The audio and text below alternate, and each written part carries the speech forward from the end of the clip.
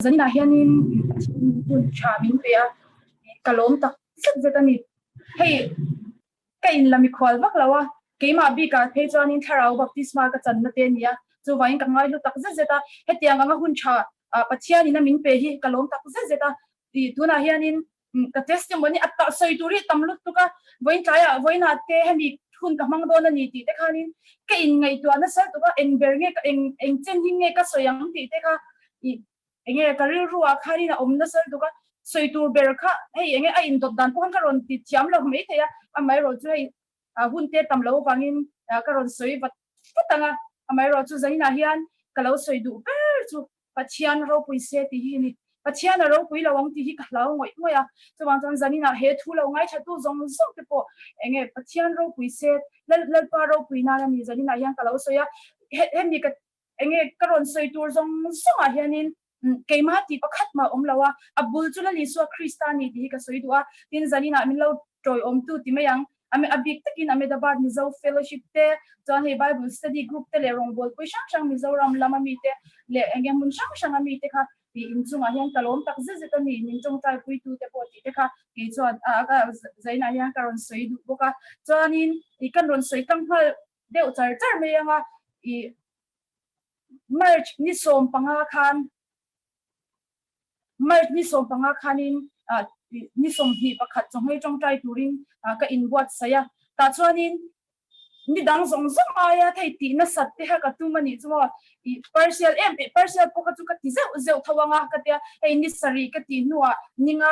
tuinian chawa ka ti nuwa khatia angte khanin karil ruwa khan oma chu tian ka inwat sai chawa chongkar khatvel ka ti nu khan hemi corona symptoms kha ka neya masen nei po ka inti dulawa ngai po ka ngai phoi mo dulawa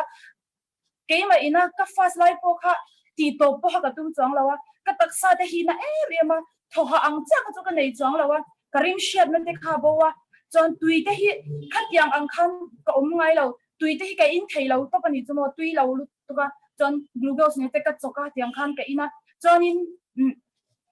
khatya ka kha enge moni le chan le ka tia ma se hei ka khu na sal tu ka ni tu zana po ka mu ngai lawa I chuna hian ama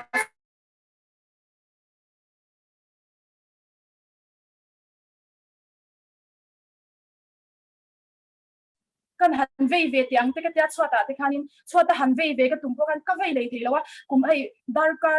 darkar chu soi lo minute nga po kha ka ding le thei lawa tin ka taksa hi na em boka ka dan shim kha anuam lo ta pani me ka ina hian ka ti chuanin I eng mo helai muna ti tur te lo china miron to tu te na mo bangin ka chian te ina ai atui lo ve to pani chu ti ha chan an store room a hian ei bung ra shang an dan na room a khan ka tiang khan hun phui em ma ya hian ania ka ta khan fasting kha kan ya ta chon khami room te a khan ka ing khung char chara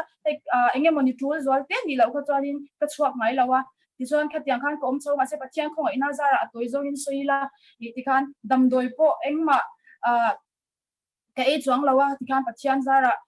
kadam chho ve zela kar thakhat chung ve ka chu ring te ka shelawa chon ina ka ho cha hi covid ve kha ka ompui ngal chan ta a hei zanina hian ka testimony ron soi tu hi covid ka ve ka dam na ringot ani lawa covid ve te hei ke enge pathian khong ina zara ke en kola changa pathian na tho kan mu te hi ka ron soi chwa tum ber zo ka nia chu wang chon zanina uluk ta ka milo ngai thak sak tu po khanin karon soi karon eng lo le du boka chonin he ka in hi he tian in hu thei me anga he ti zong hi ni ta he ni bang le lama yanin I chauka angkha omme ta chon I khum pakhat chu kada thawa chon chu covid ve chu le lama mu ke hela ma ka mu ma se til dang zong zong chu kan in cho manga ya ma se eng ma hi enge I lo thon na po ka nei lo a chan chu eng tinge kan ti chon la li so krista yang ka himani hi ka ringa ka va soi chen lo lal pa ka him po ka ti chen lo la li so krista ka himani ti voi khat ka shiat da kha atop ni mei atop berani ta chon lal pan chu po chu lo ti dam ta a chonin I atoi zogin soi le mei la dik tak chonin hei covid ti ve na em ka nei nya lo ni chumo la li so krista ka hima wa hian ta lom ve tok ta la li so ke chu ka himani mo la ka nun na hi la li so krista o mani ti hi ka lom na ve tok kha lo ni ta ma sing chu mi cha min ti khamwang em ma kaloma ma sek a dik lo ni ti ka shian ni chumo chu enga tinge ka ti chonin khalak pakhat atang hian pathian in ka chinlung ni thak pa ni chu khalak pakhat hi ka thian pa hian aron manga chu ta chuanin ka trap zoi zaya a chan chu ka hima wang ngot khang ka lo lom em ma se khar mi rok gat kha lo ni lo kha thala ka kha mi mang ang kha ka muta ni chu mo an mang ang lu tu pathian ma hen ka trap zoi zoi ni chu lan pa ka hima waeng ka lo ma la li so krista chu a hima ni la li so krista chu adamani masi adamna dutok lawa kan damna turzokin midang te damna turata na liso krista karon kalani chu ta jan pathian mayan ka tongchaya ka trap zoi zaya lalpa he housing a min tiro ka dito kan ni mo covid veite la liso an nei lo la liso krista nei lo he housing a ti chan chin chai puang turin nangin min puiro ka ti ni mo ti jan pathian de nan trap chumin ka deal ta kan ni chu mi zawan ni emo vai po lo ni se la pa he housing a yan nangin min tir ta pro ka te ti chuanin chu ta chuanin makdang me chu atuk tuk le thir tha chu ni nya lo atuk tuk le amani hianin corona wangin surata me chapa khata boral zo aboral ti kan lo halta chu ta chon aboral to lo ni ta se chiana ne ya a chian te po he covid ve ma a chian pakhat po covid ve ma se aladam chiang lo le adam chian lo kha he ama po ka an le in shi chiang an in test le to lawa chu ka chin lunga hian ka kalanga ya ni ti ka ru amani ame da ba ta train surat dar kar nga ver kalania chon ka rong bol pu heta Ahmedabad fellowship kan treasurer le kan leader tenian kan zukala he kan leader po chu covid ave zau chia ti me yang pathian ti damna chang chu ta hei ta chuan kan zukal hauta ta chuan hei min lo mamo tak zet ani ti me yang la li suwa khan mamo ni ti chuan kan zukala an kha te lo mong em ma chu po chu hei ave an da ve lo ngen din mun kan shelo ma se ke ina buk chuanin kat ke ina buk chuanin hei kan han shwai lut lia hei ke intero te an kan han shwai lut lia ti chuan engma inven na dang hi ke chu ka du lo to pani mai a chan chu hei mark se po ka mang chin ma se min hau ka lo wang te bo enge sarkar thu wangin thu oina wangin ka mang ani chu a chan chu ma tinge ka ti chuan hei ka himna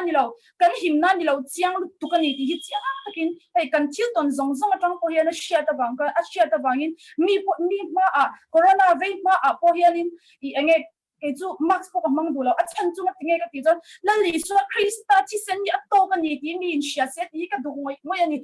max le sanitizer kan hlanga chu ta chuan I so mi ron ven him tir tum te dam doi kan hlanga chu dam doi nen chawa I so tang kop tu rangai na hi adik ka ti lo ni chu mo la li so chi sen ni eng ki ma hian a to ka ni ti hi mi te hian shia se ti hi ka du em ma chu ta chuan in hei chumi te po chu kan han in boy pui chho zela chuan an ho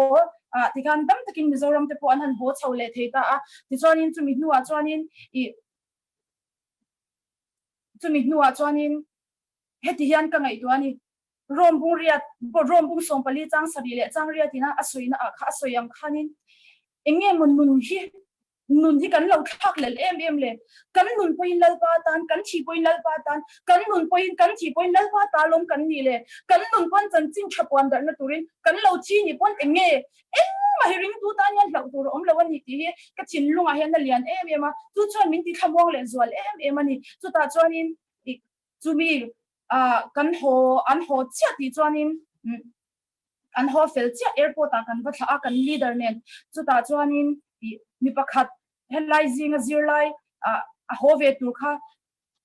airport a in test a lo positive le chu ta chuan chu positive chu omna tur dang po nei chuang lawa azirlai puite an ho vek to chu wangin ke ina bu ko omle kan pahni in kan omle an chung te pon ron mang am em ma se chu po chu alut chu ma ka kut ka ma da ka tong trai saka zon ani po thelai muna thama takin oma ni rei lo tin wala pana tidama Mizoram a hong le a hom ma che in me che pakhatian zan la ya hian mi ron phona aron top zoi ani chu ta chon heti hian ron tia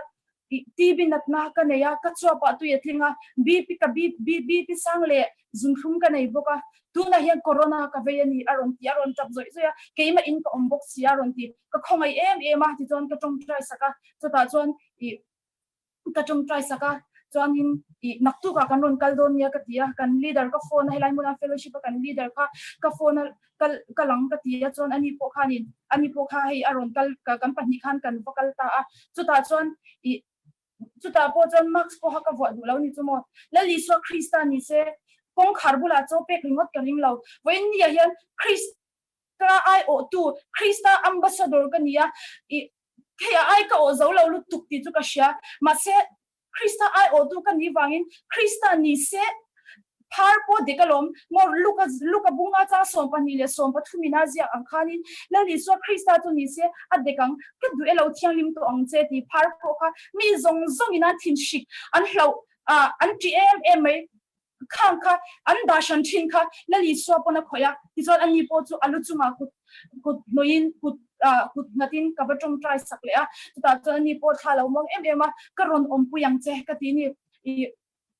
karon puyang che ka ti chu nu po chu ma se chu ti rol zon e hun te ni hi thum be kha ankal chawa I ankal chawa va pia me che pakhat chau em ti thu kan dong le a ta chon chundu helam pangami kha lo chau ve boxi helam pangami kha ame dabat lamani ka puyang ai boxi tu ta chon kan leader box chu ka phone le va pia mi shwai nga yan oma I vakal thengem ke tia ti chuanin I hetaya chu mi va pia dam lo nu te in en chuan an vakal ta a zon an va shwaya an ron ho ko nga te po chu nu chu a chau em hei a thok po thok a thok te kharon a buai de wan tia chu ta chuan trong trai da nen hei an ron thenga tu po chu ka in ha bok kan la lut le a ti chuan an pahni chuan va pi mi an ming soi mai la trong trai tu puya te kan thochi na RCE nya ha TV le zun thum le BP sang nei ka ti zo ka RC le somi nia va pi mi chu chon chu man mo takin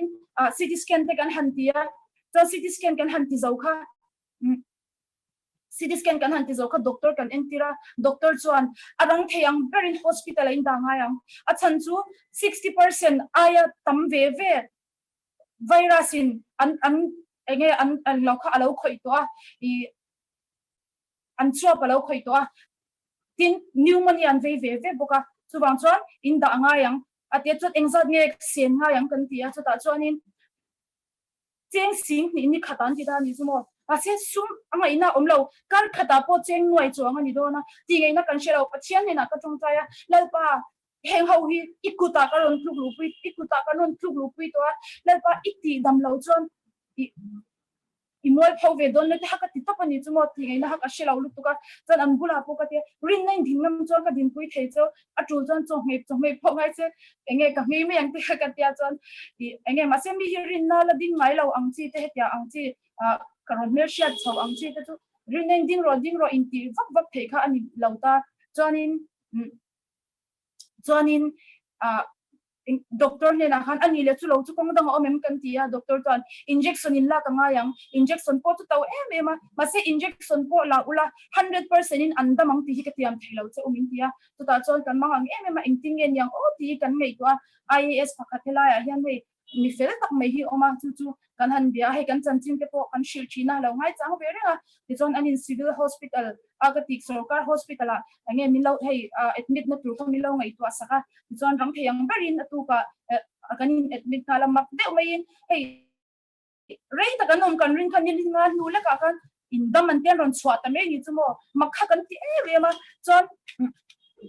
pathian ne na long thu te kan soya chon ma se nu lo ka ni thum vel nu lo ka khan RC zo khan nat na nga zo khati me yang kha aron achwap athok a ka ti TB o khatia ang enge a chan tak tu kan she chuang lawa alon lo ka akwaron chalo boka khatiang khanin aron om le a chon sedana min ti chaina mai ni in ka sia chon chu ta chon hospital a bok kan vakal le ni hospital danga khan kan vakal le a ta chon hei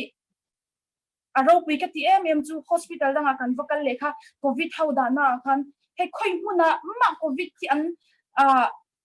an lu an phal lo ti kan sia ma se khami huna khan kan lu thei ta ni chumo chang covid ve hi an lo mua an lo chau hel boka ma se chunga chang pathian in ka sia chwa chu lalpan ka tong trai na kha alla shereng ni ti hi ni pathian ne na yang ka tong trai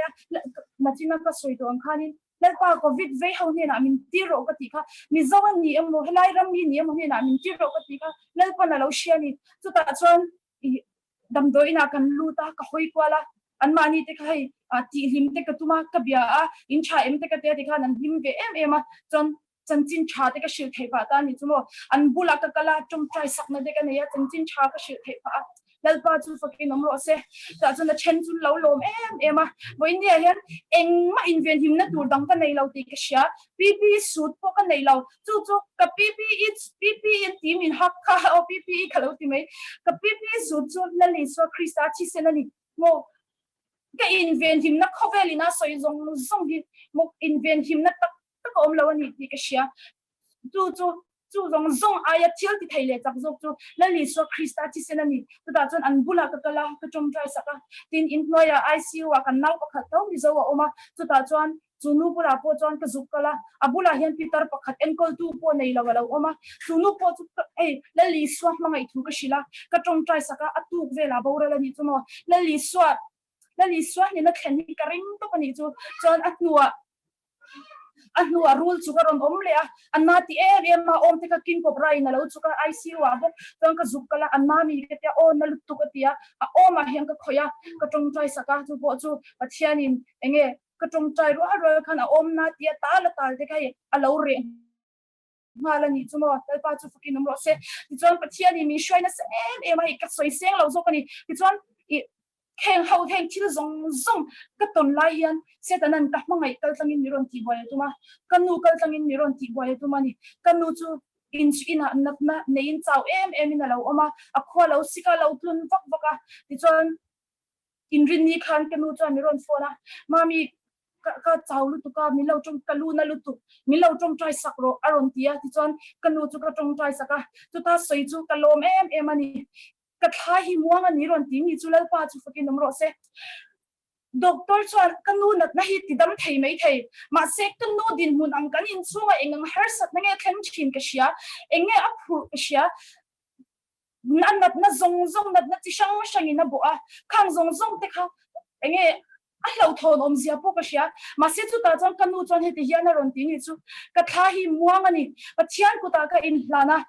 chu wang chuan ka tha hi muang em ani ron ti ni chu mo chu chuan lo thon na pakhat ma min nei tir thei lawa kanu nat na po ka mulian thei lawa mo pathian thamwan na salut tu ka ni ti hi wai ni hian ka sia ni lal pa chu patin nomro se chu wang chuan in nge ka lo em ti chuan i nimina te khang kan in belia abibi atiam lu tuka asang thailo tin voina po kanin bela chomala ma tikanin ka bibi aniam lu tuka asang lei thailawa hei damdoi ji sang injection nen mintia mineng lawa min enkola ma se ka bibi po sang thei chang lawati kanu khamo damdoi na shwati te kan icu wa te dan lo tuma ma se khami zan than chanchin cha ka pong chwa ka ni chumo ma se khami zana chanchin cha ka pon chwa wang ka ni berin ka sia icu wa da ngai lawina lo ma ni chu chon voina po chonin